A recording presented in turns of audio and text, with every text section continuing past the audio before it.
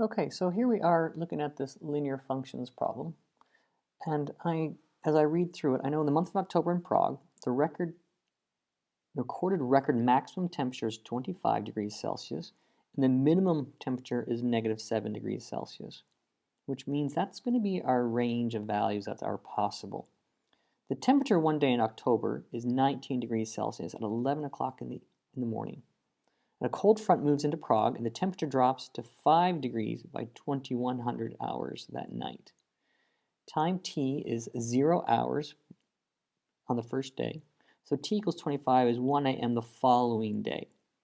Consider a linear model of the situation for the temperature for day 1. Well, I know that at 11 hours, if I know that that is 19 degrees Celsius. And then at 21 hours, it is 5 degrees Celsius. And so I have two coordinate points here. And so in order to determine the equation of this, I need to find my slope. And so my slope is going to be the change in y values, so 19 minus 5, over the change in x values, 11 minus 21, because these are coordinate points here, or these are the x and the y's, so to speak. And if I do this calculation, if I pull my calculator up, we can see that I've worked on it already, and I have negative 1.4. So now I know if I'm going to use the equation y minus y1 equals m, x minus x1, this equation will help me find the model of t at little t. And so y is just going to be, actually that's big giant T, minus y1, and I'll use this point here. Oh, let me undo that. Wrong button. This point here is my point I'm going to use. Okay, and so t minus t will be 19 is equal to my slope of negative 1.4. X is actually little t minus 11. And so if I go t minus 19 is equal to negative 1.4 t, and if I go negative 1.4 times negative 11, I end up with positive 15.4. Adding the 19 over, I add my 19 degrees, and I end up with 34.4. And so here is my model. T at t is equal to negative 1.4 t plus 34.4. Okay, and so at this point, it recommends to actually sketch the graph of your GDC using the x values from 0 to 26. So here's my window, 0 to 26. And I can also see my y values are from negative 8 to 40. And if I get a sense of my graph, here is what the graph looks like. Now, C part says, state the value of the slope of t of x and explain the meaning and context. Well, my slope, looking at my equation, I can see that this value here is my slope. I calculated it there as well. And so that means my slope is negative 1.4. My y values are capital T temperatures, my little t over my little values of t. And so that means what the slope means for each increase of 1 hour, which is the bottom value, the temperature, which is the top value, decreases, it's negative, decreases by 1.4 degrees Celsius on average. Okay, and so this statement you can use for almost every single slope thing. You just have to keep track of the temperature and the time. So one x value gives you the slope for the y values, and that works all the time. Okay, so now there's our slope meaning. It says state the value of the t-intercept and explain the meaning and context. Well, our equation is equal to negative 1.4 t plus 34.4. This is our t-intercept, and so our t-intercept is 34.4 degrees Celsius, which means at time is equal to 0, so midnight, the temperature is 34.4 degrees Celsius, which seems far too high for being midnight, but that's what it actually means. Then it says state the value of the little t-intercept and explain the meaning and context. Well, that means that means the big T is going to equal to 0. So 0 is equal to negative 1.4 t plus 34.4. If I put 1.4 t is equal to 34.4 and divide by the 1.4, I will get this value here on my calculator at the end, which is going to be about 24.4. So if I actually do that calculation, if I go 34.4 divided by 1.4, you can see that it's 24.6. It's equal to 24.6 degrees Celsius. And what that actually means, that when the temperature, not degrees Celsius, when the temperature is 0 degrees, so when the temp is 0 degrees Celsius, the time is 24.6 hours after midnight. So it is about 12:30 the next evening, the next night. That's what the t-intercept means in this case. Okay, continue along. It says show that t at 14 is 14.38. Well, our equation is 1.4 t plus 34.4. I just plug my t in. Plug my 14 in, and it's negative 1.4 times 14 plus 34.4. And when I do that, negative 1.4 times 14 plus 34.4, I can clearly see that this is 14.8. So that means at 1400 hours, so 2 o'clock, the temperature is 14.8 degrees Celsius. So now using the model, determine the temperature at 1800 hours. So that means little t is equal to 18, and we want to find then t at 18. If I go to my calculator, I have the equation in here. If I want t at 18, I can just go trace and I can enter in my 18, hit enter, and I can see that my temperature is going to be 9.2 degrees Celsius from my point here. Determine what time it was when the temperature was 7 degrees. Well, that means I am looking for little t, when big T was equal to 7 degrees Celsius. So that means I want 7 is equal to negative 1.4 t plus 34.4. And so if I want to solve t here, I can go to y2, put 7 on here, and if I graph it, I'm looking for the point of intersection, which, let's see if this calculator will do it. I'm looking for number 5, and here to here. And so the intersection is 19.6. 19.6. So that means at approximately 7:30 at night, the temp is 7 degrees Celsius, approximately.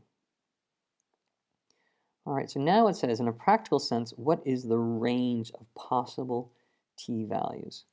Well, in order to do that, we have to consider this introductory paragraph. And one of the things that's really important to get from this introductory paragraph is the fact that it says that there's a maximum recorded temperature of 25 and a minimum of negative 7. And so that there is going to be our possible range of temperature values. So I'm going to say from negative 7 degrees Celsius all the way to positive 25 degrees Celsius, because that was what we're told is minimum maximums. So in a practical sense, what is the range of possible T values? Well, if this is my output, I also know that it is somewhat, there's lots of different ways to answer this question. If I use my output of negative 7, if I change this value to a negative 7, and I look for my graph, so when I find the intersection, I can see that my point is 29.6, comma negative 27. So this gives me 29.6, which is at about at 24 hours. So that's about 5 o'clock, approximately 5 o'clock the next day in the morning. Okay, so that's what the 26 means. So I'm going to say, so it's going to go from 29.6, and then if I do the 25, this value here, if I'm going to go from the 25, I'm going to go trace, I'm going to do number 5. Oh, I have to change this value to 25. And if I graph it, let's go find the intersection, number 5. I'm going to do the left bound, the right bound, and my intersection I can see is this provides a 6.7. So at approximately 6:45 in the morning. So what are the possible range of T values? Well, based upon my range, I'm going to get from 6:45 in the morning, a.m., until 5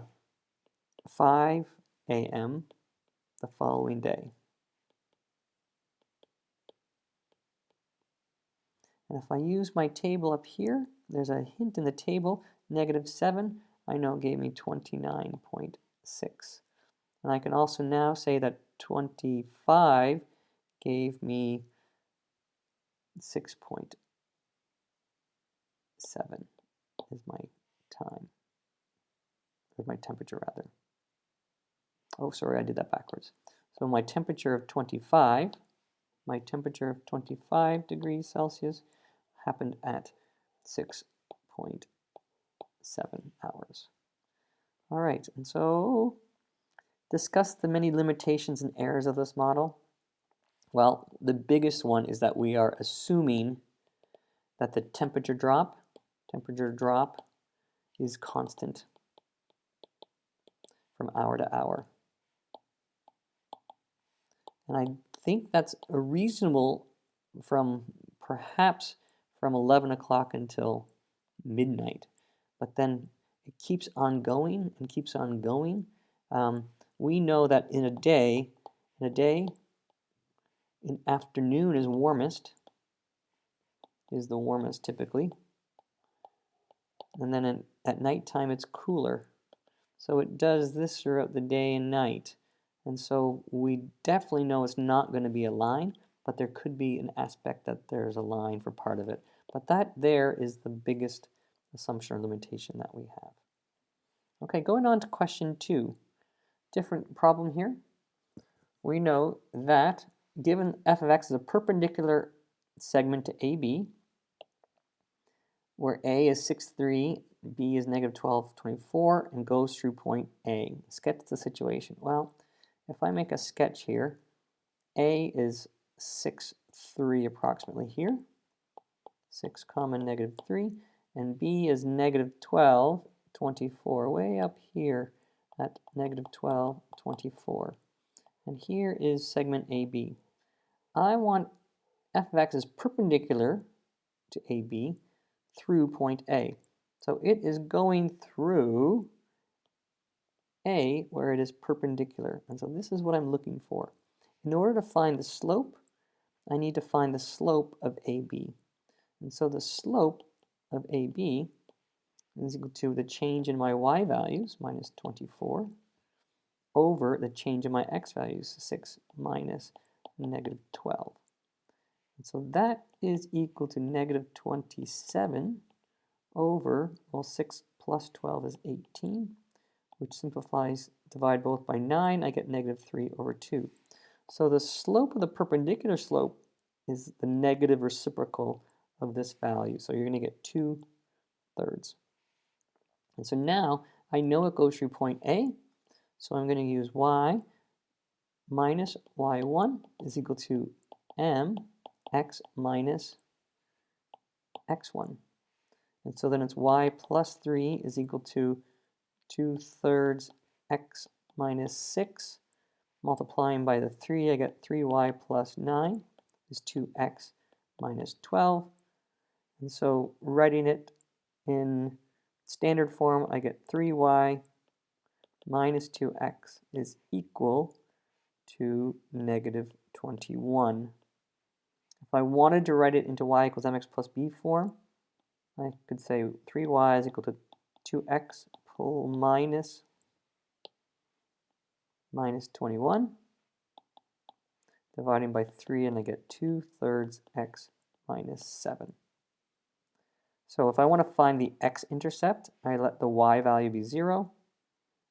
And if I choose it from this form here, if I make y be 0, I get negative 2x is equal to negative 21.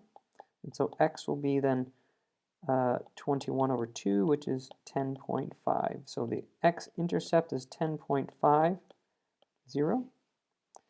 Determine the y-intercept. Well, if I just look at the equation here, I know that negative 7 is the y-intercept. So 0, comma, negative 7. And then finally, we're asked to solve this particular equation.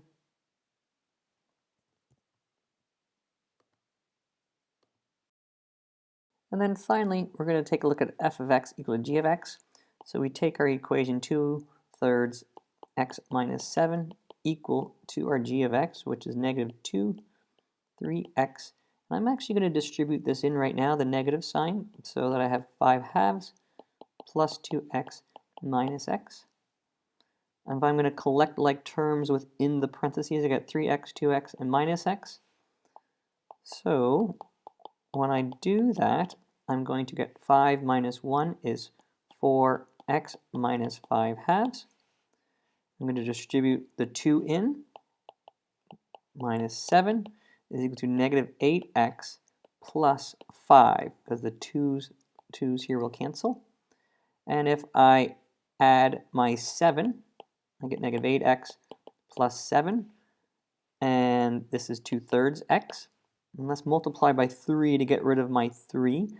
So I get 2x is equal to negative 24x plus 21, because I've multiplied everything times 3.